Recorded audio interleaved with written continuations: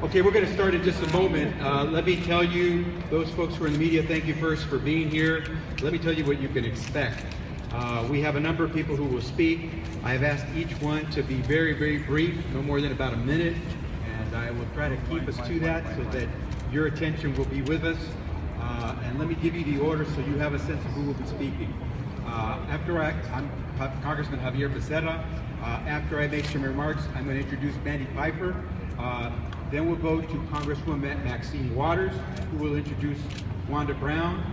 Then we'll go to Congresswoman Lucille Roybal Allard, who will introduce Adela Barajas. Then we'll go to Congressman Alan Lowenthal, who will then be followed by Congresswoman Judy Chu, who will be followed by Congresswoman Karen Bass. Then she will be followed by Councilman Mitchell Farrell. Congressman Paul Krikorian, and then Congressman Mitchell Farrell, Congressman Marquise Harris Dawson, and we're expecting Congressman Curran Price to come as well. And if we have any other members of Congress, we'll see if we can try to recognize them. So we're going to try to go through this in an orderly fashion. I want to say thank you to everyone who is with us. You have before you people who are fighting for the lives of their family members. Today, every day, according to data from the CDC, somewhere around 90 Americans will perish, killed by a firearm. Every day. Of those, about 30 are murdered, and of those 30 who were murdered today, about 7 will be children. America's cities are becoming well known for sorrowful reasons. San Bernardino, Orlando, Charleston, Newtown, Columbine. We must do something, anything that can save even one life, your child's life, your fiance's life, your life. Congress has 2 sensible measures sitting in the House of Representatives, waiting for a vote to save lives. No fly, no buy, and background checks for buyers of weapons. Some 9 out of 10 Americans support both of these proposals. That's why we've come together today to work together to get Congress to act, to protect the American people, to vote. We want to vote. It could save your baby, it could save your fiancé, it could save you. En español, nos reunimos hoy porque buscamos acción. No tiene que morir tu hija, tu novio, tu madre a las manos de alguien que carga armas de fuego. Podemos hacer algo. El Congreso puede actuar, puede votar en favor de medidas que no permiten a alguien peligroso comprar armas de fuego. Este Congreso republicano nos debe un voto para proteger a nuestras familias. Un Congreso que no nos permite votar por medidas sensatas no merece nuestro voto. With that, let me now introduce to you someone who is a close loved one of a victim of violence, someone who perished in the San Bernardino tragedy. Shannon Johnson was killed. He was a constituent of mine, and he was a partner of Mandy Piper. Mandy. Thank you so much for inviting me to attend this event. Again, my name is Mandy Piper. I lost one person in my life to gun violence, but I am here to represent thousands of families that are broken because of a split-second decision to fire a weapon. Last week when I was watching the sit-in in the House, my heart was broken because it's personal now. But for the first time in a long time, my heart was filled with love and pride, and I'm convinced that my representatives and our representatives aren't going to stand silent anymore. And with a fire in their belly that comes from a place of love, not a place of fear, but a place of love, they're going to work for us. And they're going to work for my friends in the red states and the purple states. But there's something going on, and it's different, and it's serious now. And we ask for everybody around the country to join us so that you never have to know how horrendous it is to lose the one you love the most to gun violence. So thank you again for having me. Maxine Waters. Thank you very much. We're here today at a roundtable that has been called by Congressman Becerra. And this is very important because we continue the work that we just started in Congress. We set in because we're sick and tired of nothing happening in the Congress of the United States dealing with gun violence. We've been dealing with this question too long. And we have the right-wing conservatives and those who are hiding behind the Second Amendment and the Constitution, and anything that we've tried to do, they've made Americans believe that somehow we are defying the Constitution of the United States. We've come up with two proposals. 90% of the American public support these proposals. These proposals are very simple. No fly, no buy, which means that if you're too dangerous to be allowed to fly, you shouldn't be allowed to buy a gun. Secondly, comprehensive, universal background checks. Some people say we already do that. No, we don't. We have people at gun shows who are selling these guns out of the back of their cars, and with this particular legislation, we will stop that. So we're simply asking to be able to vote. We have the support, bipartisan support, we have support from the Senate, and we're asking Paul Ryan to take this up on the floor of the House. He's spineless, he's gutless, and we want to take this bill up, and we're going to stay in this mode, confronting until we get it done. Thank you.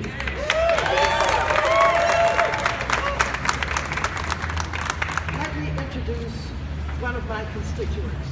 This is a leading woman in the Inglewood area. She is the treasurer of the city of Inglewood. Her son was murdered, Wanda Brown. Thank you, Congresswoman. You know, gun violence has become a national issue. 10 years ago, I lost my only son, Johnny H. Herbert Brown, to gun violence. He was simply out celebrating his birthday. He took upon himself to care for 3 young children, 3 young boys who were not his own. All 3 are now either in a group home, juvenile detention, or have been taken away from the mother. Again, gun violence has become a national issue. When Congress resumes, it is my hope that the sit-in will continue. No fly, no buy. All right.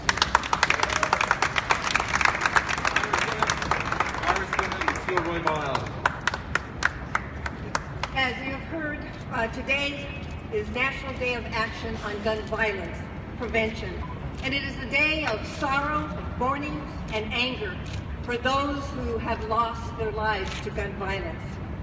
As the vast majority of Americans have stated repeatedly, it is long overdue for Congress to pass reasonable gun control legislation. Every day, too many families live in fear of gun violence.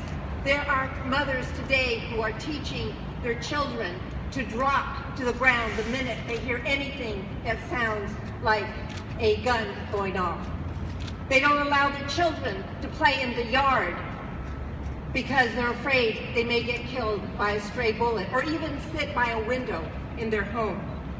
And here in Los Angeles County alone last year, there are 475 gun homicides in one single year, and the cycle is beginning once again. Democrats are ready to vote on a bipartisan common sense legislation, as you have heard from Maxine Waters. She's explained what those bills are. Secretary of Homeland Security, Jay Johnson, has said that gun control is now a matter of national security.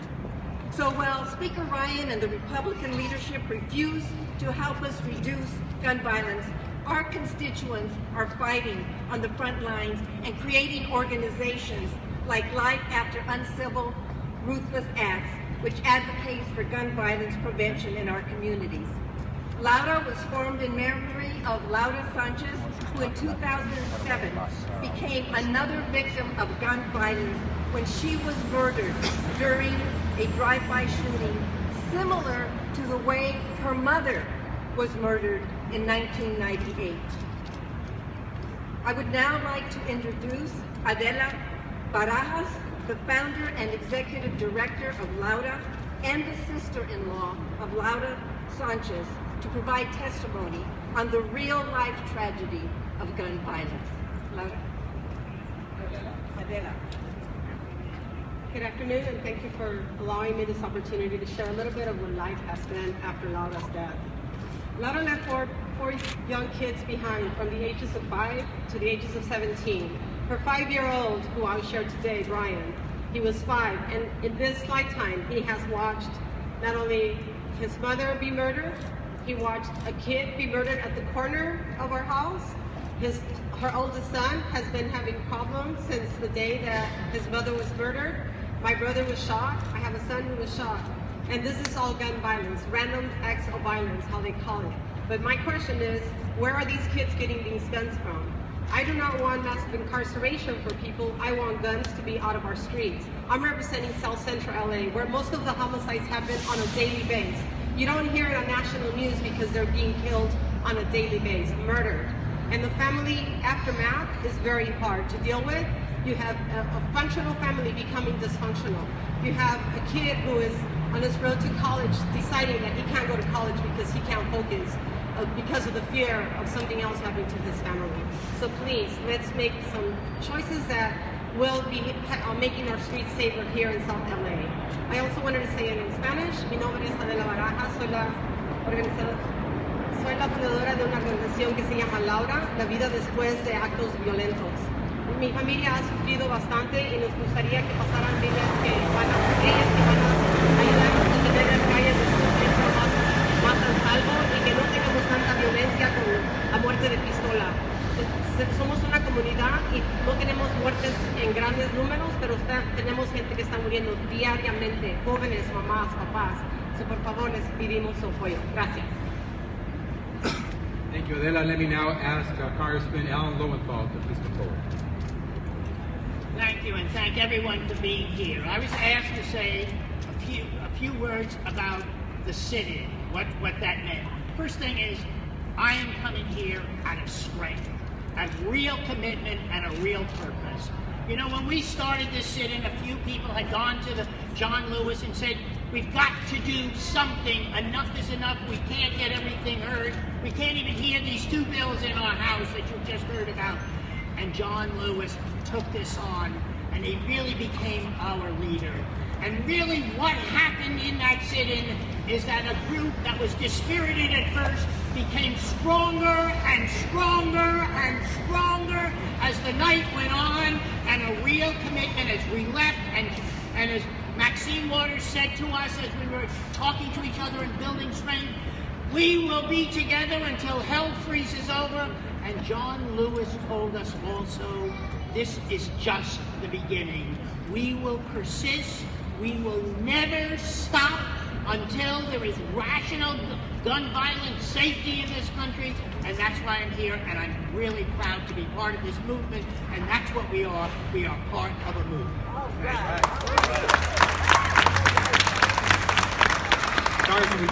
Congresswoman Judy Chu. Yes, 2.5 weeks ago, I woke up to hear that 49 people were murdered in Orlando, and I felt sickened. And I thought about San Bernardino, about Newtown, about Columbine, about Charleston, South Carolina, and I said, enough is enough. And yet, after all of these terrible shootings, all the Republican leadership can allow or will allow are moments of silence. Well, that's why we had the sit-in. And that's why we were there for 26 hours holding the floor as member after member talked about their experiences with gun violence. But you know what? What was even more amazing was the reaction of the people. Hundreds of thousands of people began tweeting and supporting and gathering around the outside of the Capitol.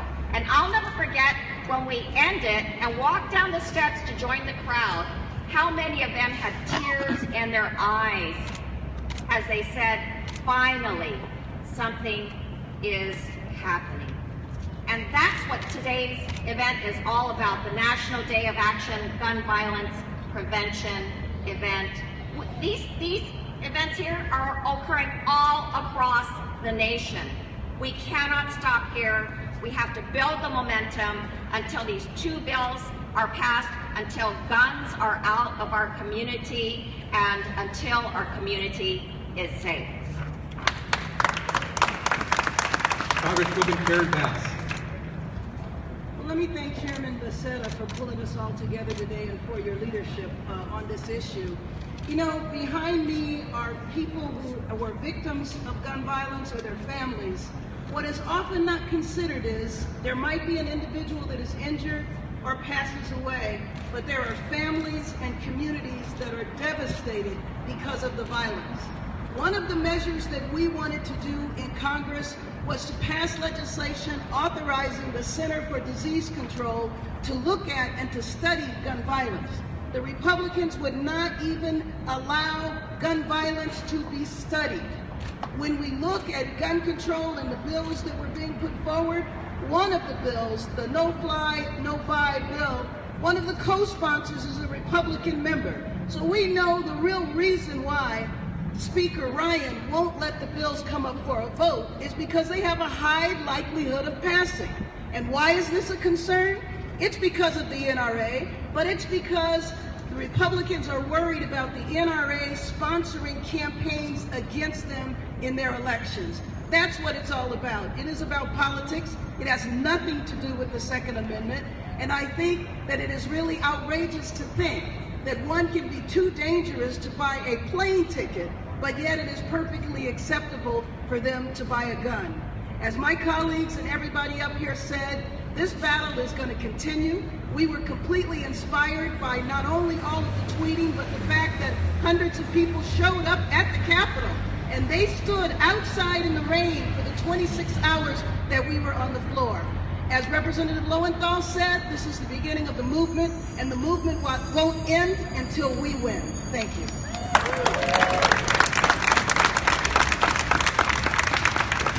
Councilman Paul Pecorian. Thank you, Congressman.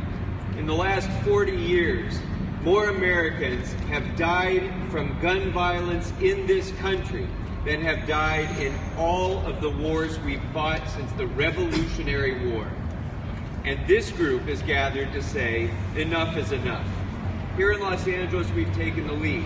We've banned large capacity magazines. We've mandated safe storage. We're doing a more effective job of tracking ammunition purchases and firearm purchases. We're doing everything that we can. And still, Washington is failing to act. I couldn't be prouder to be a Californian than I am today, being surrounded by these great and courageous leaders of our congressional delegation. But they can't do it alone. That's why it's so important that this entire coalition of people is gathering together today to say enough is enough. We're going to support these Congress members who sat down on the floor of the House of Representatives. We have their back and we'll support them till the end of time. But more important than that, we'll remember the ones who weren't there. We'll remember the ones who don't support these common sense measures. We will remember in November, and the NRA will start to fear us. Congressman Mitch O'Farrell. I want to thank Congressman Javier Becerra for pulling this together and his incredible colleagues in Congress for showing such courage and leadership at the time we need it most. Lives ended way too young, shattered families, devastated communities, trauma at the national level with this senseless gun violence that is bringing this country to its knees. Let me just tell you, what happened in Orlando some 2.5 weeks ago is this generation's stonewall for the LGBT community. And you have an ally that will not relent until we have adequate gun control legislation across the land. And I just want to warn the members of Congress and the NRA and the entire gun lobby that the LGBT community is coming after you. We are coming after you. And we are not going to stop, we are not going to relent until we have an assault weapons ban across the land in every state of the nation. And that's just the beginning, because this killing, this murder, this devastation in our communities has to stop. We are better than that as a country. We are better than that as a community. And we need to send the message to the rest of Congress that 90+% of Americans are sick and tired of it. Are we going to stand together and make this happen once and for all? Yes. Yes, we are. Enough of this senseless murder. First graders at Sandy Hook Elementary.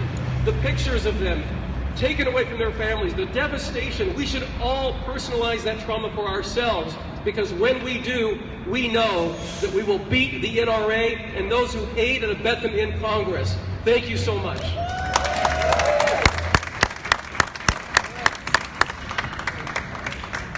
Councilman Maurice Harris Dawson. Marquise Harris Dawson. Thank you so much, Congressmember Becerra. I promise that wasn't on purpose. Listen, we're very happy to welcome our delegation of Congress here to Los Angeles City Hall to mark the moment that I hope starts a movement. The message we want to send, and I think we're in a good place to send it to Paul Ryan and the NRA, is that we can organize a little bit too. We've got Maxine Waters, and we've got Judy Chu, and we've got Karen Bass, and we've got a bunch of fighters here that care about this issue, that we will take it to them. Because for far too long, we've allowed gun violence to become normalized. So a couple days after Orlando, if that isn't bad enough, right here in Los Angeles, woman sitting at a bus stop, shot by a stray bullet, homicide. 2 days later, a man sitting in a car, shot, homicide. It happens so often in our city that the news doesn't even cover it anymore. And I think today is as good as any a day to say we're done with it. We're going to stop business as usual. We're going to have a movement to get all the changes that we've ever gotten to this country, we've gotten because we fought for them. And so sign us up to be soldiers in your fight to get national leadership on sensible gun legislation. Councilman Kurt Price. Thank you. I'm so honored to be standing with our congressional delegation that's standing up, not just in D.C., but standing up here, standing up for the right thing. There isn't a day that goes by that we don't hear about someone dying. I think it's clear that gun violence is certainly the #1 public health issue in our area. Since the mass shootings in Pulse nightclubs, more than 125 Americans have died. Since that date, more than 125 Americans have died in gun violence. And even more have been injured by guns. Just last week in Chicago, 51 people were shot, 7 were killed. Opponents say that stronger gun laws will prevent violence. Well, we know here in California we've got some of the strongest laws. Yet in South LA, gun violence is still a troubling issue. And I'm tired of getting reports of young men of color losing their lives because of senseless acts of violence. When we talk about gun violence, we should remember it takes lives and it changes lives. Recently in my district, I offered a reward, a $50,000 reward, for the murder of a young man who was doing nothing more than waiting for a haircut. Waiting for a haircut. He was simply standing outside the barbershop with the people, including children. He was senselessly gunned down. I'm pleased to say that our reward did work. The assailant was apprehended, and he's going to face the full extent of the law. But Robert Ellis left behind a grieving mother and family. A 27-year-old individual taken from our lives. His mother didn't die next to him, but every day she feels the pain. Every day the neighbors feel the pain. Every day his family feels the pain. Common sense gun policy and regulation is a necessity. And before your mind goes to the illegal guns being a problem, remember, the gun that killed those folks in San Bernardino was a legally purchased weapon. The other day, the mentally ill mother who shot her 2 daughters, her gun was legally purchased. How about the toddler in the car who accidentally shot his mother in the back as she drove? Her gun was legally purchased.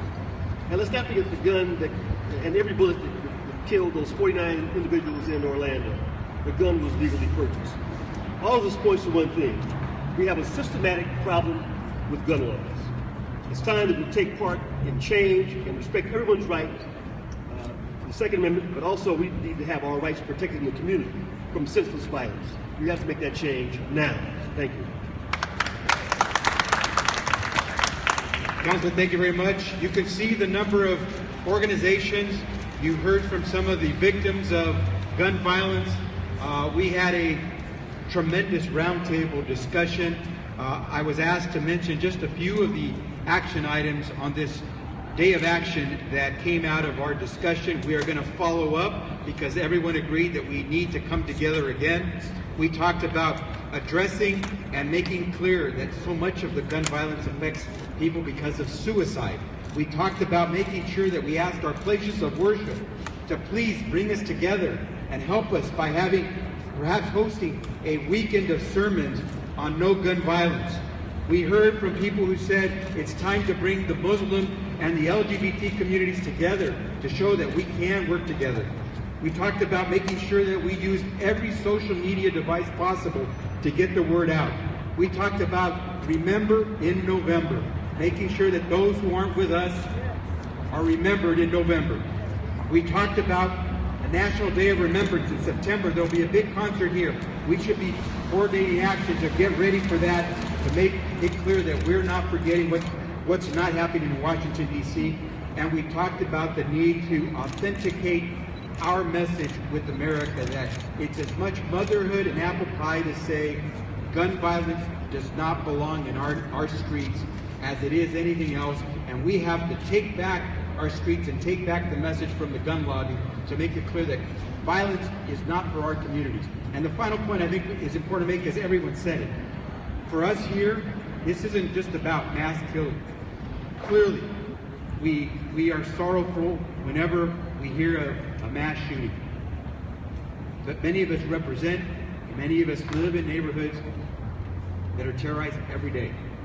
And it's a matter of making sure terror does not exist on any street at any time for anyone, whether you're one person or 49 people. We must make sure that terror does not exist. Our children must be able